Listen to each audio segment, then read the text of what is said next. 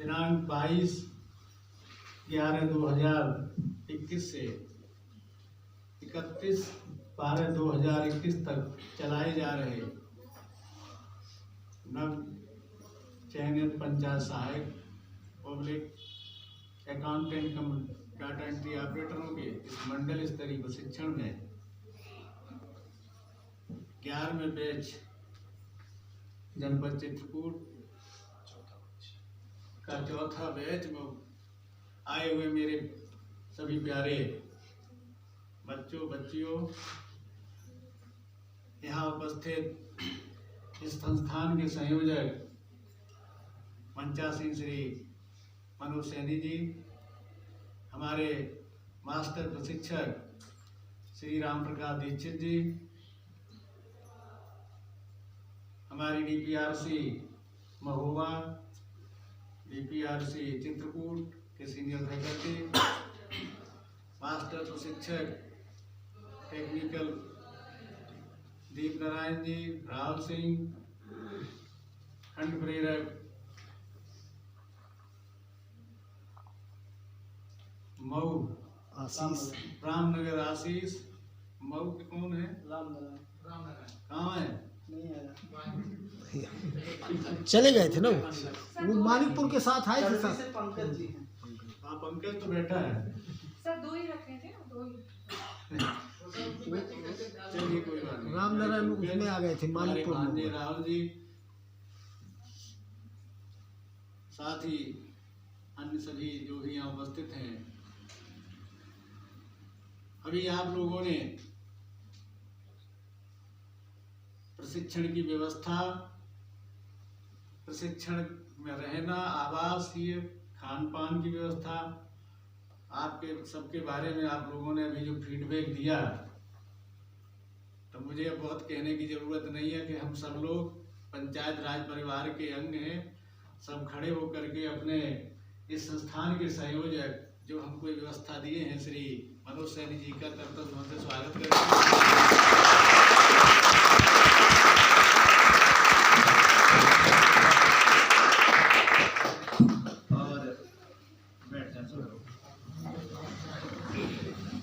ये हमारी जो संस्था है,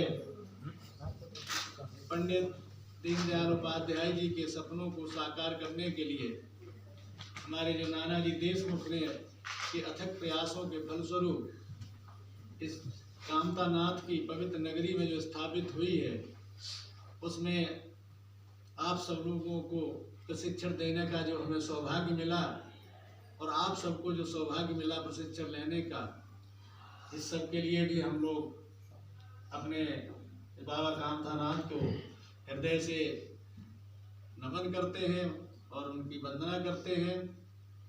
साथ ही आप लोगों ने 2 दिन के अंतर्गत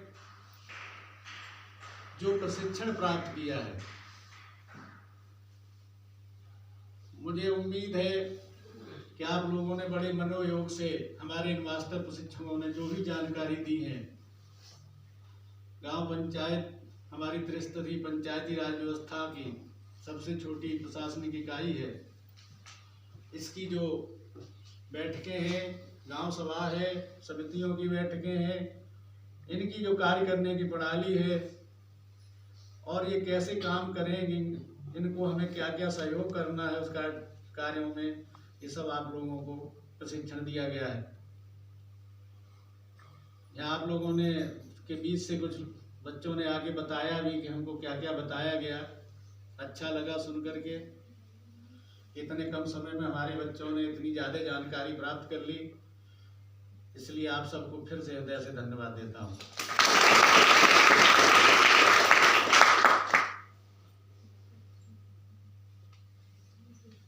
हमारी वर्तमान सरकार उत्तर प्रदेश की जो है, माननीय मुख्यमंत्री जी योगी आदित्यनाथ जी के अध्यक्ष जो नेतृत्व में चल रही है, उसने एक हमारा बहुत क्रांतिकारी परिवर्तन किया हमारी व्यवस्था में, और जो आप लोगों का चयन हुआ है, ये एक बहुत बड़ा क्रांतिकारी निर्णय और परिवर्तन दोनों है।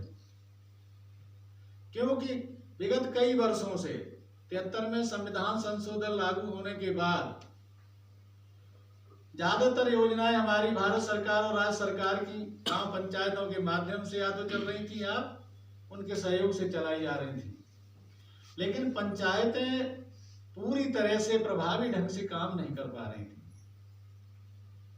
क्योंकि उनके न अपने कार्यालय स्थापित थे और न वहां पर कोई परमानेंट स्टाफ था।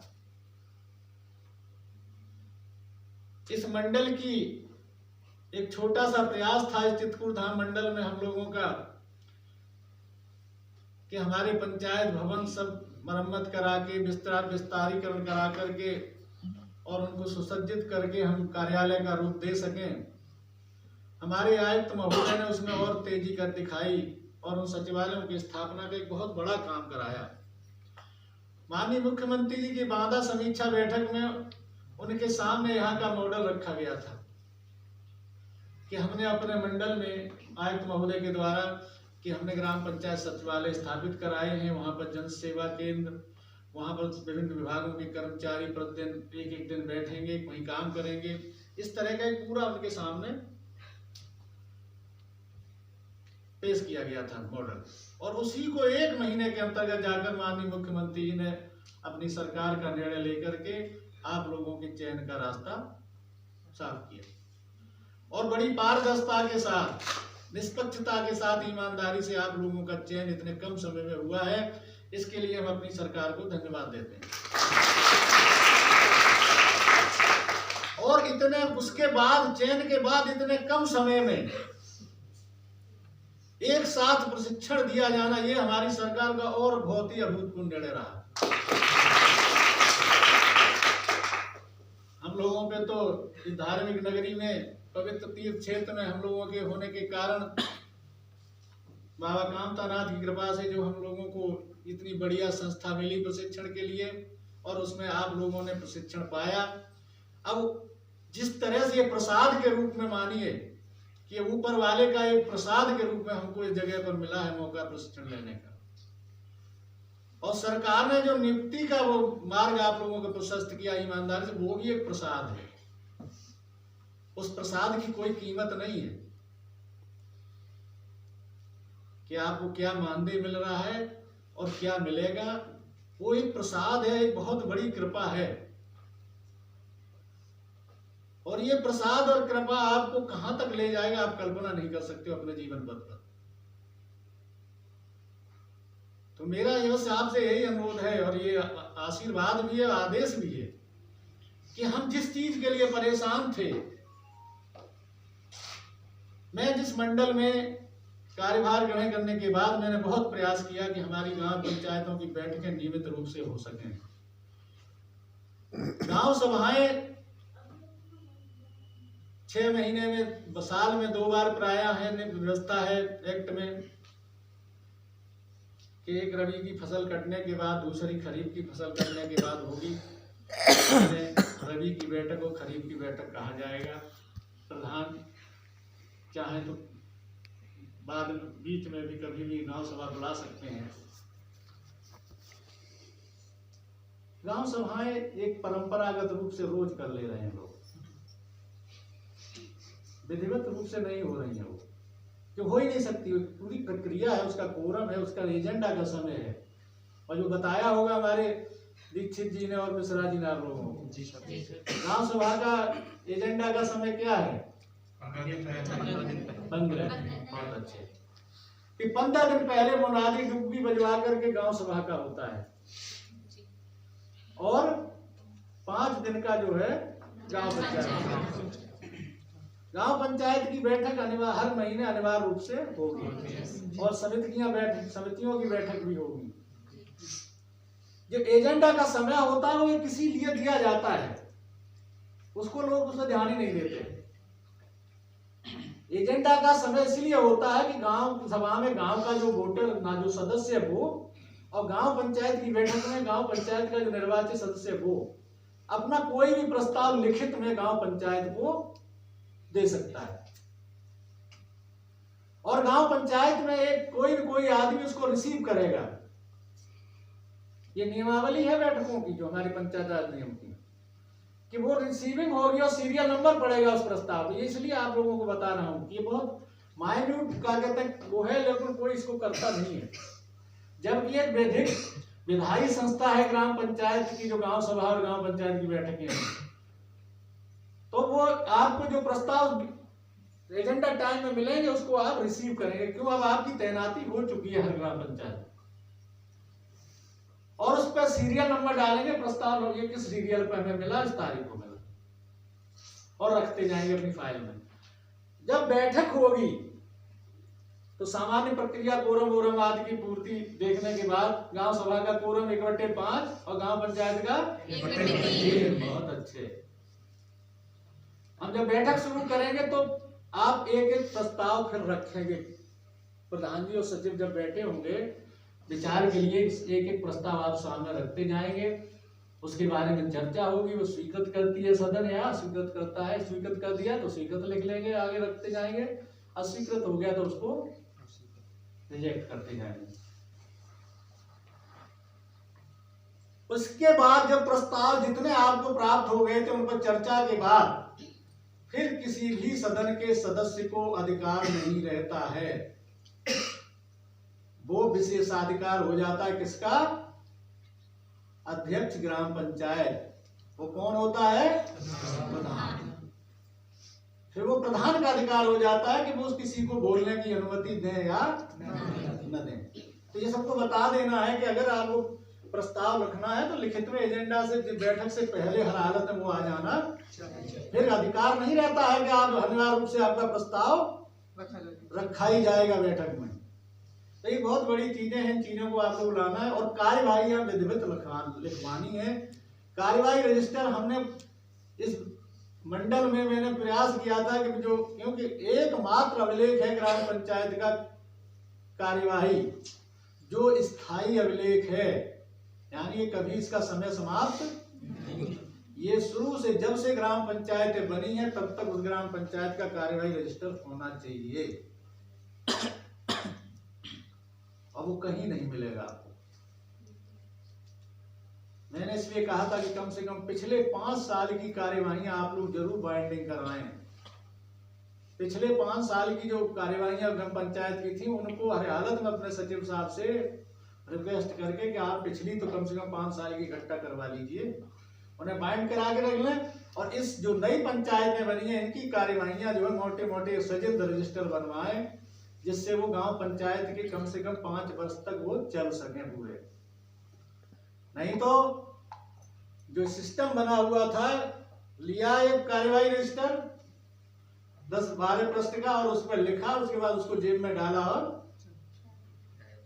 उसका नियम है कि कार्यवाही हर हालत में 7 दिन के अंतर्गत उसकी प्रतिलिपि विकास खंड पर सहायक विकास अधिकारी पंचायत के पास पहुंच जानी चाहिए, तब उसकी विधिक मान्यता है बैठक की, नहीं उस बैठक की कोई मान्यता नहीं। ये चीजें आप लोगों को करानी है, और उसका प्रश्नांकन जरूर होगा कार्यवाही रजिस्टर पर, किसी भी अभिलेख पर।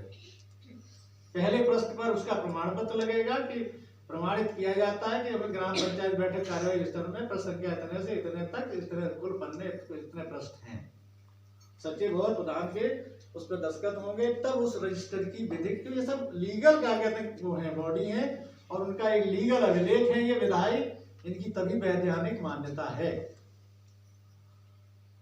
आप देखोगे तो शायद ही कहीं मिले आपको। तो पारदर्शिता निष्पक्षता के ऊपर कोई कलंक न आए, कोई प्रश्न न लगाए, इसके लिए जरूरी है, सबसे बड़ा साधन है ये गांव पंचायत की बैठकें, समिति की बैठकें और गांव सभा नियमित रूप से और वैधानिक रूप से हों।